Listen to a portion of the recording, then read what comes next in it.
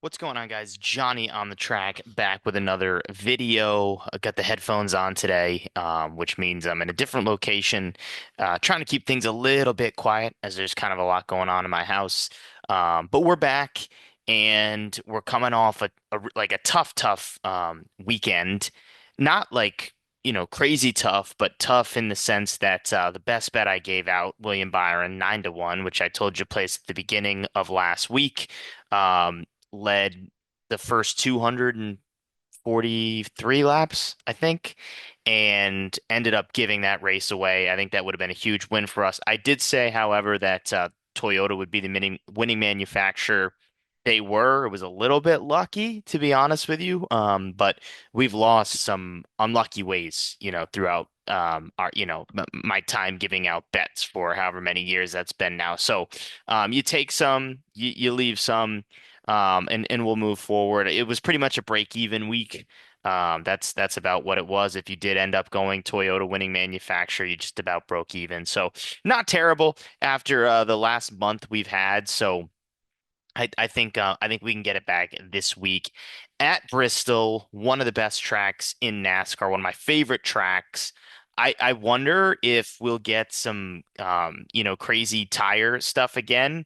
I'm not planning for that, and even with that, I still think the guys that I'm targeting here, giving out here, can overcome that just because of like track history and that sort of thing.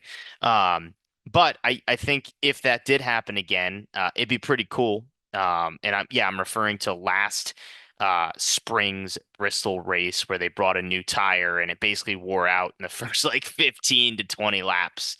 And it ended up being Hamlin versus Truex, and Hamlin ended up winning. So really, really fun watch. Crazy race. One of the best races of the last 5 years, in my opinion, from start to finish. So entertaining. So again, we'll see. But I don't expect that to happen. I think that was kind of a once in a really lifetime, honestly, race.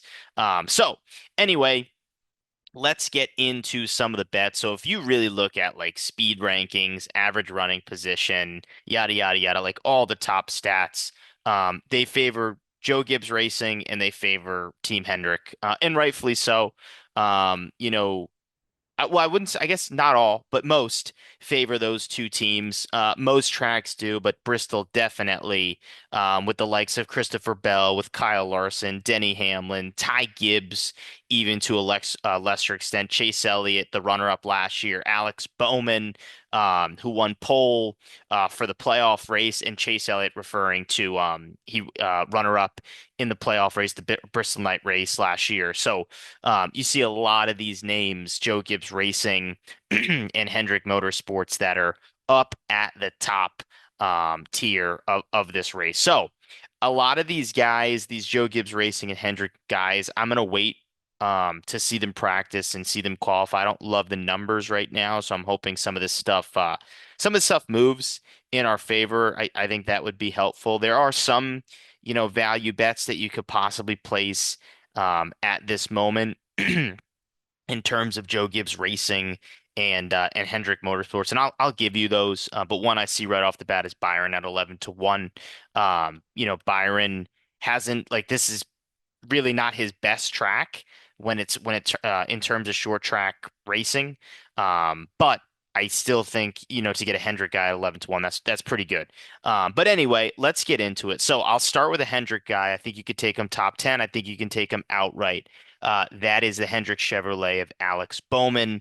Number on DraftKings is 35-1. It hovers anywhere from 30 to 35. I would take that right now if you do have DraftKings top 10 number. Oh, nice. DraftKings does have it. They've got Bowman at plus 140, which is what I was seeing on Action Network as well. So Bowman won the pole here in the fall, led 34 laps. He's gotten better and better and better throughout his career at Bristol.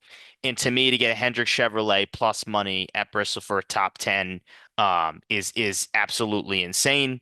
He was the sixth fastest car here in the fall. According to iFantasy Race, he's got three top tens and two top fives in the last five races at Bristol, and one of those is a 13th place that he didn't finish top 10. He's been really, really solid this year. Um, Tied for the league lead in top tens. So to me, to get Alex Bowman, who had a little bit of a rough go at it last weekend at plus 140 for a top 10. I love that bet. And I do think, again, with the performance he put in at Homestead to have a runner-up finish, another kind of out of the box track, if you will. Bowman led laps, runner up, almost really had a good shot to win that race, if not for a late surge in Kyle Larson. So Bowman will win a race this year.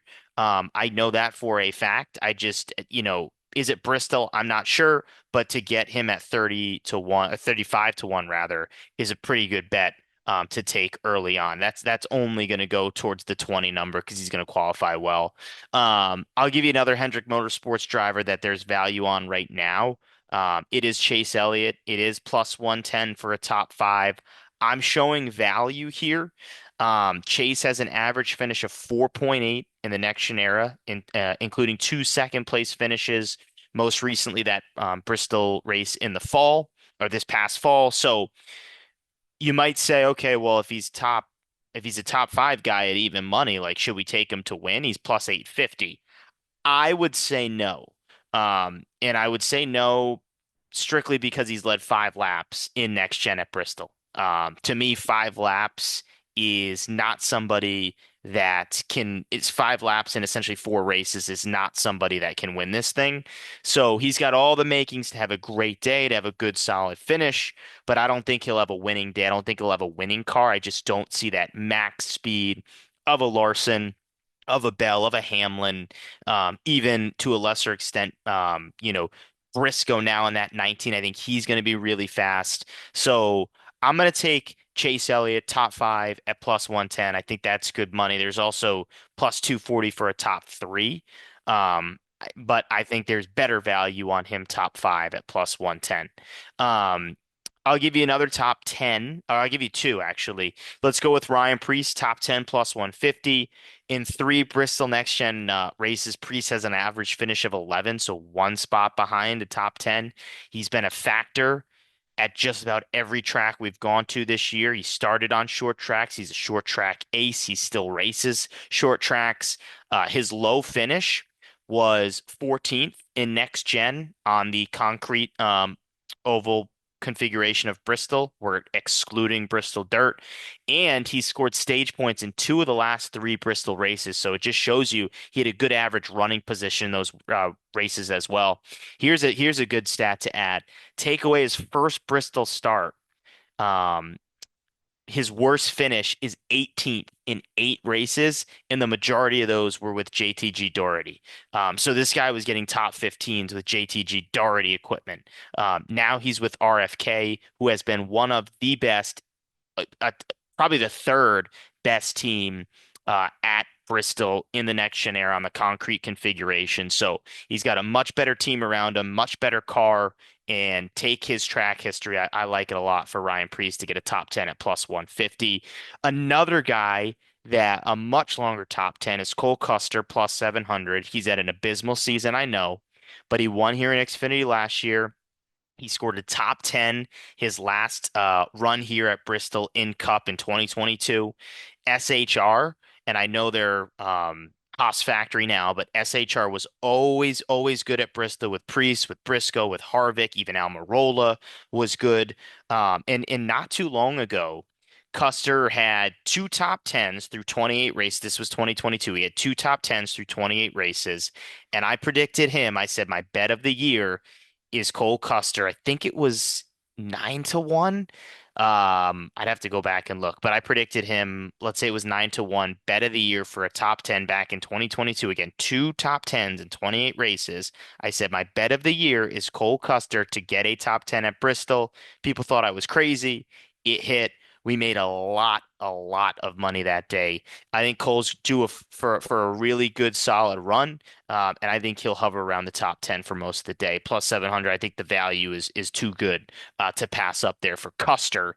And then the final bet I'll give out prior to practice, prior to qualifying. But again, you can always find my bets on Johnny on the Track on Action Network and at JOTT_podcast on X. I will give you RFK winning team. I don't know the number on this, but I assume it's going to be closer or close to 10 to 1.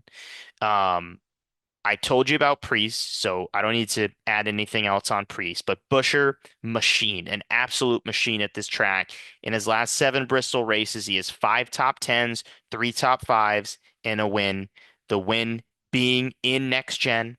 He's top 5 in total speed rankings according to iFantasy Race. He's currently tied for the series lead in top 10, so he's got really good momentum. He's had a great start to the season. Let's take it a step further. Let's take his teammate and car owner Brad Keselowski. He's been great here in next gen with a top 5 and a top 10, or sorry, 2 top 10s and a top 5. He's also top 5 in speed ranking since next gen has been introduced at the concrete oval configuration. The numbers here, again, if it's close to 10-1, you pound this bet. It might be higher. I hope it is, but I'm going to take it anywhere from, I would say, 8. I'd take it at 8 to whatever it goes to.